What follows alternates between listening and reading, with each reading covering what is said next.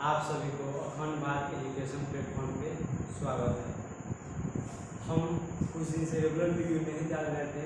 इसका कारण ये है कि मेरी तबीयत खराब था और आज से आप लोगों को पर डे वीडियो मिलेगा। पहले जो हम वीडियो नहीं डाले इसके लिए आप लोग से सॉरी। तो आइए आज हम लोग पहले हम रिवीजन करा रहे कि हम आप लोगों को क्या क्या पढ़ा है। पहले हम उपनिषद के बारे में हम लोग को बताए थे कि उपनिषद क्या है, उपनिषद में कौन कौन आता है, जिसमें उपनिषद, खंडोपनिषद, जलोपनिषद, इस सब के बारे में देखे हम आप लोगों को बता दिए। अगर नहीं देखे वीडियो तो जाके वो मेरा वीडियो देखिए और मेरा टेलीग्राम चैनल ज्वाइन कीजिए जिसका डिस्क्रिप्शन बॉक्स में क्या है लिंक है, ठीक है। तो आइए आज हम लोग इसके बारे में स्मृति साहित्य के बारे में पढ़ेंगे। पीछे भी बता देते कि साहित्य क्या है, ठीक है। तो देखिए स्मृति साहित्य में प्राचीन राजवंशों की जानकारी मिलती है। इसकी जानकारी मिलती है प्राचीन राजवंश, यानी कहने का मतलब है जो पहले पुराना जो राजा होते थे लोग उन्हीं लोगों के बारे में क्या मिलता है, जानकारी मिलती है, ठीक है। कहते कि जो स्मृति साहित्य की संख्या होता है कितना होता है, 36 है। स्मृति साहित्य की संख्या कितना है, 36 है। कहते इसमें सबसे पहले गुप्त काल के बारे में क्या जानकारी मिलती है, इसके बारे में गुप्त काल के बारे में इसमें क्या मिलती है, जानकारी मिलती है, ठीक है। देखिए मनु स्मृति को धर्मशास्त्र कहते हैं। इसमें नीची जाति का पर्यटन दलित महिलाओं को नीचे दिखाया गया। जो मनु स्मृति है, मनु स्मृति में मैंने ऊंचे पद के जो लोग होते थे ना उसके बारे में बताया गया, ठीक है। इसमें दलित यानी नीचे जाति के जो लोग होते थे उसके बारे में और महिला के बारे में कोई चर्चा नहीं किया गया। किसमें, तो मनु स्मृति में। किसमें, मनु स्मृति में, ठीक है। आइए नीचे देखते हैं। यज्ञवल्क्य स्मृति में जुआ खेलने का उचित बताया गया। जो यज्ञवल्क्य स्मृति है उसमें जुआ खेलने का, उसमें जुआ खेलने के लिए बताया है। जैसे हम लोग दीपावली होता है, दीपावली के धनतेरस देखते हैं लोग कितना लोग जुआ खेलते हैं, बोल के ताश लगा पीस है। तो क्या होता है, बोलते लोग परंपरा है कि उसमें जो आदमी जीतता है तो जीतते ही रहता है। वैसे ही जो यज्ञवल्क्य स्मृति है उसमें जुआ खेलने का क्या बताया गया, उचित बताया गया, यानी सही बात बताया गया, ठीक है। आप लोग खेलना मत चालू कीजिएगा, आप लोग पढ़ाई पर अपना ध्यान दीजिएगा, ठीक है। चलिए आगे चलते हैं। देखिए इसमें विवाह के लिए पुरुष की आयु 25 वर्ष तथा लड़की की आयु कितना है, 12 वर्ष। जैसे कहने का मतलब ये मन की स्थिति, ये मनु स्मृति की बात है। मनु स्मृति में विवाह करने का उम्र, जो लड़का का उम्र होता था कितना है, 25 वर्ष, और लड़की का उम्र कितना चाहिए, 12 वर्ष चाहिए। कितना वर्ष चाहिए, 12 वर्ष चाहिए।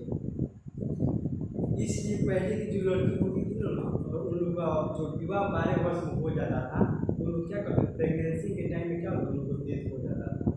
अब आप लोग तो दिमाग में जानकार हो जाता होगा, डेथ हो जाता था, ठीक है। तो इसके बारे में हम डिस्कशन नहीं करेंगे। आइए हम लोग आगे चलते हैं। देखिए इसमें 8 प्रकार के विवाह की चर्चा किया गया। कितने प्रकार के, 8 प्रकार के विवाह की चर्चा किया गया। किसमें, मनु स्मृति में। किसमें, मनु स्मृति में। कितने प्रकार के विवाह की चर्चा किया गया, 8 प्रकार के। और हमारे संस्कार कितने, 16 संस्कार होते हैं। कितने संस्कार होते हैं, 16 संस्कार। लेकिन इस 16 संस्कार में सबसे अंतिम संस्कार कौन सा होता है, दाह संस्कार।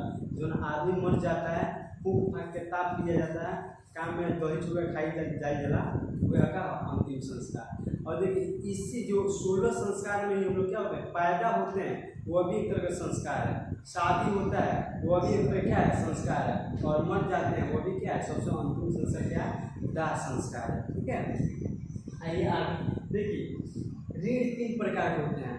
ऋण 3 प्रकार के। अब ये ऋण क्या है, देखिए जैसे आप लोग गाँव में रहते होंगे लोग, आप लोगों को पता है कि हम फंडवा से कर्जा ले लेना, तो जो कर्जा बा ओकरे के ऋण कहल जाला, ठीक बा। तो 3 प्रकार के ऋण हमने के पढ़ल जाए। एगो पहिलका ऋण देव ऋण, पितृ ऋण, और एक पहले और दूसरा तीसरा ऋण क्या होगा, ऋषि ऋण। क्या होगा, ऋषि ऋण। तो देखिए इस ऋण से मुक्ति पाने के लिए, जैसे मान लीजिए कि हम जो कर्जा लिए हैं लोग, तो उस कर्जा से मुक्ति पाने के लिए बाहर से कमाएं, चाहे घरे कमाएं, चाहे मेहरारू कमाएं, जो कमा के भी पैसा दिए तो मैंने कर्जा सौ दी। उसी तरह ये भी क्या है, एक ऋण है। तो देखिए जो ये देव ऋण है, क्या है, देव ऋण। देव ऋण में जो धार्मिक अनुष्ठान होता है ना, धार्मिक अनुष्ठान वो कर दिया जाता है तो देव लोग से हम लोग क्या मिलता है, मुक्ति मिल जाता है।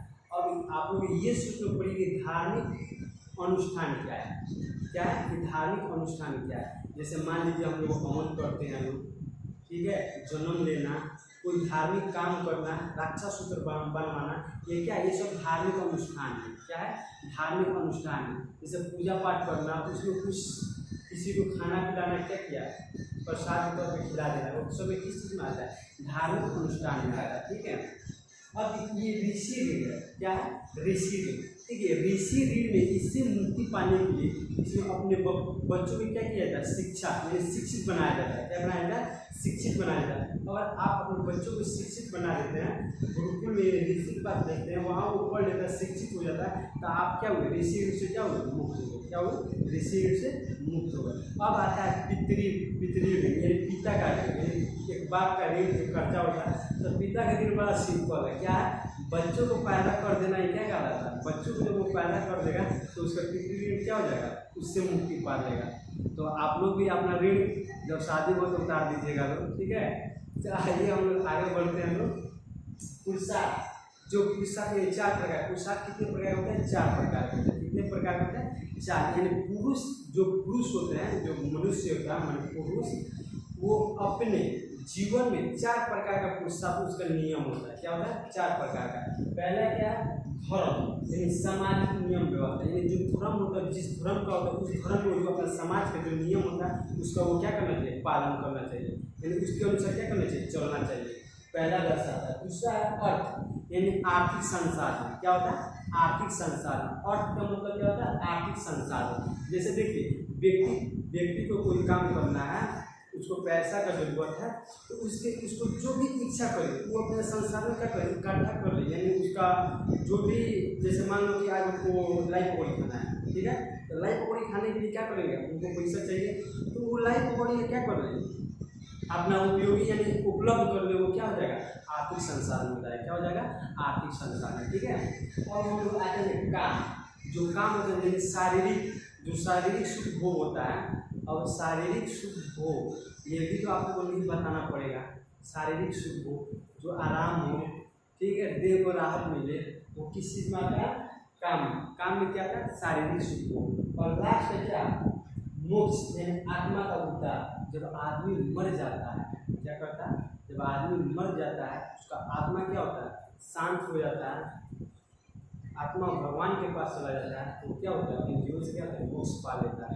यानी लास्ट में क्या हुआ, काम, पहले क्या हुआ, धर्म के बारे में आया, अर्थ के बारे में, उसके बाद काम किया, उसके बाद क्या हुआ, मर गया। तो पुरुषार्थ कितने, जैसे पितृ ऋण कितने प्रकार के, 3 प्रकार के, देव ऋण, ऋषि ऋण, पितृ ऋण। पुरुषार्थ कितने प्रकार के, 4 प्रकार के, और काम, मोक्ष और धर्म। ठीक है, अब हम लोग आएंगे आश्रम की संख्या, आश्रम के बारे में। आश्रम की संख्या कितनी होती है, यानी आश्रम के कहने का मतलब पहले बच्चा के बाद थोड़ा नौजवान के बाद पूरा नौजवान, और पूरा नौजवान के बाद बूढ़ा, और बूढ़ा फिर बूढ़ा के बाद जब लागे चामड़ा छूट ले वो अवस्था। ठीक है, तो ये आश्रम की बात है। आप लोगों को शायद दिख रहा होगा ना। तो आश्रम कितने प्रकार के, 4 प्रकार के। देखिए, जो आश्रम है ना, यानी बच्चा जब जन्म लेता है, जन्म से लेकर 5 वर्ष की अवस्था को क्या कहते हैं, बाल्यावस्था या शिशु अवस्था कहते हैं। क्या कहते हैं, बाल्यावस्था या शिशु अवस्था कहते हैं। और देखिए, अब ब्रह्मचार्य, अब 1 नंबर क्या है, ब्रह्मचार्य अवस्था। आश्रम में एक नंबर में क्या है, ब्रह्मचार्य अवस्था। देखिए, ब्रह्मचार्य अवस्था जो होता है 5 वर्ष से लेके 25 वर्ष के बीच में होता है। कितने, 5 वर्ष से लेके 25 वर्ष तक के बीच में होता है क्या, ब्रह्मचार्य अवस्था। जो एक गुरुकुल में जाकर क्या किया जाता है, शिक्षा प्रदान किया जाता है। क्या किया जाता है, शिक्षा प्रदान किया जाता है। ठीक है, उसके बाद है ग्रस्त जीवन, यानी ग्रस्त जीवन कहने का मतलब कि खेती बाड़ी करने वाला, शादी ब्याह जब आदमी हो जाए 25 साल के बाद क्या करें, ना कमेब तो मेहरा के खिएबो कहेंगे, लड़का पुरे खिएबो कहेंगे ना खिएबो तो मेहरा भाग जाए, तुम दूसरा तो वही है गृहस्थ जीवन। तो गृहस्थ जीवन कितने 25 से 50 वर्ष के बीच में होता है, कितने 25 से 50। और ये जो जीवन होता है ना अपने फैमिली के साथ गुजारा जाता है, इसके साथ फैमिली के साथ। अरे ऐसे जरूरी नहीं है कि फैमिली के साथ। अब मान लो कहीं आप बाहर जा रहा है कमाने, तो बाहर जाए तो बाहर पूरी फैमिली आएगी, ठीक है। तो ये गृहस्थ जीवन होता है 25 से लेकर 50 वर्ष के बीच में होता है। कितने वर्ष के बीच में 25 से लेकर 50 वर्ष के बीच में। अब तीसरा वनप्रस्थ जीवन। वनप्रस्थ देखिए, अब वनप्रस्थ मतलब वन में गुजारने वाला नहीं। जैसे वनप्रस्थ जो जीवन होता है ये 50 वर्ष से लेकर 75 वर्ष के बीच में रहता है। इसके बीच में 50 से लेकर 75 जो समाज में अच्छा काम करने और धर्म के बारे में बताते हैं। जैसे हम लोग गाँव में जाइएगा, कोई बुरा व्यक्ति मिल जाएगा, बुरा व्यक्ति मिलेगा ना, तो धर्म के जैसे वो 50 से 75 के बीच में होगा, तो कहे बाबू भाई काम मत करिए, काम बड़ा खराब बा, भगवान की पूजा करता है, पूरा दूर हो जाएगी, ये सब बताते हैं। तो वही क्या है वनप्रस्थ जीवन, जो कितने बीच में होता है 50 से 75 वर्ष के बीच में। और है सन्यासी जीवन। क्या है सन्यासी जीवन?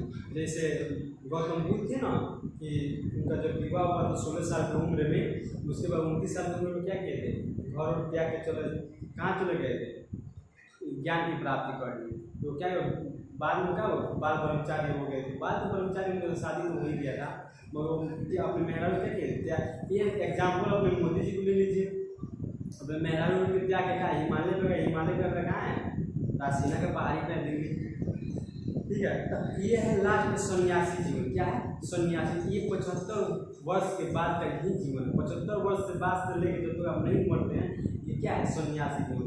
इस जीवन में एक व्यक्ति क्या करना चाहिए, वन में जाकर बैठ के क्या करना चाहिए, तपस्या करना चाहिए। मगर अब इस समय तो ऐसा नहीं है।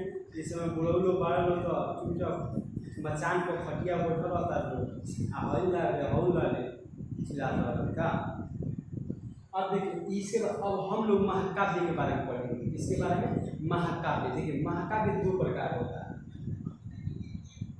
महाकाव्य, ये महाकाव्य कितने प्रकार होता है? 2 प्रकार होता है। कितने प्रकार के? 2 प्रकार। कितने प्रकार होता है? 2 प्रकार।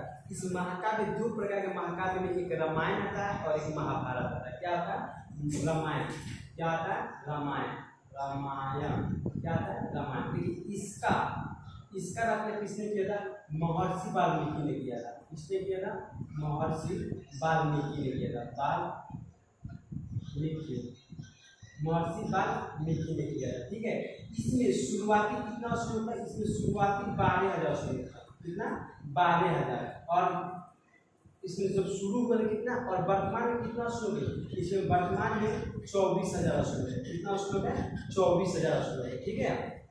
देखिए ये किस काल में जाकर स्थिति हुआ था? ये गुप्त काल में जाकर क्या हुआ था? पूरा लिखा गया था गुप्त काल में। किस काल में? गुप्त काल में। किस काल में? गुप्त काल में। आप लोग अगर लिख रहे होंगे, नोट्स बना रहे होंगे, तो आप लोग लिखिएगा रामायण, लिखिए डैश, लिखिएगा सबसे पहले महाकाव्य की संख्या 2 है।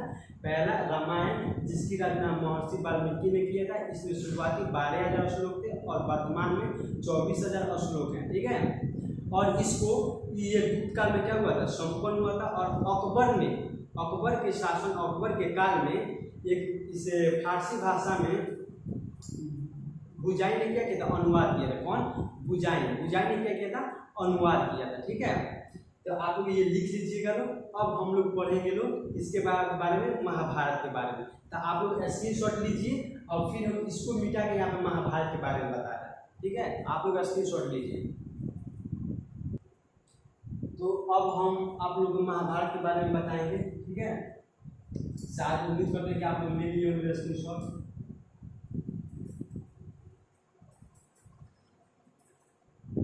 महाभारत, देखिए महाभारत, इसका रचना किसने किया था? इसका रचना वेद व्यास ने किया था। कौन किए थे? वेद व्यास किए थे। वेद व्यास। ये विश्व का सबसे बड़ा क्या है? महाकाव्य। कौन? ये विश्व का सबसे बड़ा क्या है? महाकाव्य है, ठीक है। इसमें शुरुआत में 88,000 श्लोक थे। कितने? 88,000 श्लोक थे। कितना श्लोक थे? 88,000 श्लोक थे, ठीक है। और वर्तमान में इसमें 1 लाख श्लोक है। कितना श्लोक है? 1 लाख श्लोक है। कितना श्लोक है? 1 लाख श्लोक है। कितने श्लोक है? 1,00,000 श्लोक है। ठीक है, देखिए इसमें इसके जो खंड होते हैं, खंड यानी जो चैप्टर होता है, चैप्टर, उसमें महाभारत में 18 खंड है। कितने खंड है? 18 खंड। उस खंड को पर्व के नाम से जाना जाता है। तो इसमें कितने खंड है? इसमें खंड कितने हैं? इसमें खंड 18 है। कितने खंड है? 18 खंड है। इस खंड को किस नाम से जाना जाता है? पर्व के नाम से जाना जाता है। किस नाम से जाना जाता है?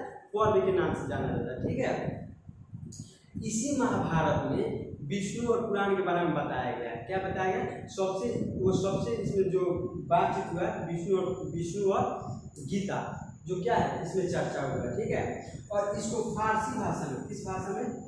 अकबर के शासनकाल में राजा मुन्ना ने किया था। क्या किया था? राजा नुम्मा ने किया था। ठीक है, राजा नुम्मा ने किया था। अगर आप लोग इसको स्क्रीनशॉट ले लिए हैं तो ले लीजिए लो, और नहीं तो आप डिस्क्रिप्शन बॉक्स में मेरा टेलीग्राम का चैनल है, आप वहाँ पे मेरा चैनल ज्वाइन कीजिए और आप इसे क्या मिल जाएगा? PDF मिल जाएगा। ठीक है, अब हम कल मिलते हैं नेक्स्ट वीडियो में। चलिए, थैंक यू।